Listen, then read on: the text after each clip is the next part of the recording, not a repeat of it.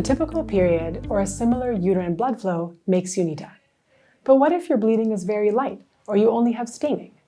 In that case, your status depends on what you find, where you find it, and the circumstances. We have 5 essential tips for you on how to avoid becoming niddah from stains. Before we share them, let's clarify what we mean by stains. When we talk about stains, there is a built-in assumption that there was no hargasha, no halachically defined sensation that signals niddah bleeding. This is a safe assumption since most women today do not seem to be aware of feeling hargasha. You can learn more about hargasha on our site. On the level of Torah law, a blood stain with no hargasha wouldn't make a woman niddah.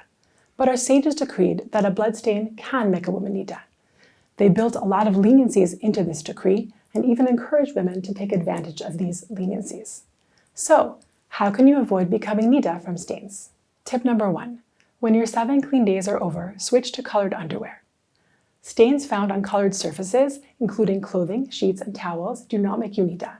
You can avoid a lot of questions this way. Tip number 2, panty liners. If you want to wear white panty liners, stick to disposable ones.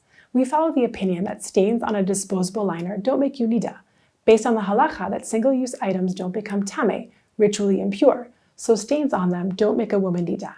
With reusable liners, it's best to use colored ones. Tip number 3, toilet paper. Many poskim, including many Ashkenazi poskim, are strict about discharge on toilet paper when a woman wipes immediately after urinating.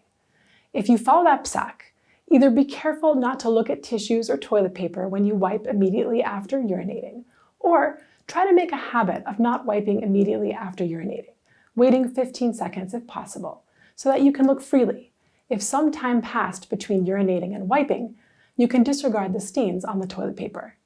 If you follow a less stringent psak, often the case for Sephardi poskim, you can disregard stains found on paper or tissues after wiping, and you don't need to wait. For more on this topic, check out our site's article and video. Tip number 4.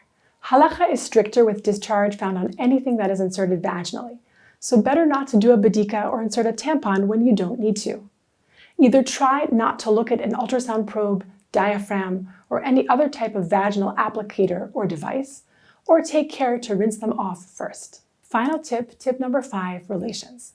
Halacha is strict about blood stains that a couple finds after marital relations, so it's helpful to use darker colored bedding and towels, and for both husband and wife to avoid looking at anything used to wipe off afterwards. These precautions and the halachic distinctions they're based on might sometimes feel strange. It's hard to understand how a red stain on a white sheet can make you niddah, when the same stain on a colored sheet does not. But don't worry, using these tips is totally legitimate and halachic. It isn't cheating or some kind of trick. With niddah, the question isn't whether you're bleeding, it's whether the bleeding meets halachic definitions for niddah. Sometimes these halachic definitions are based on distinctions that are tough to understand or relate to, like a lot of laws of ritual purity.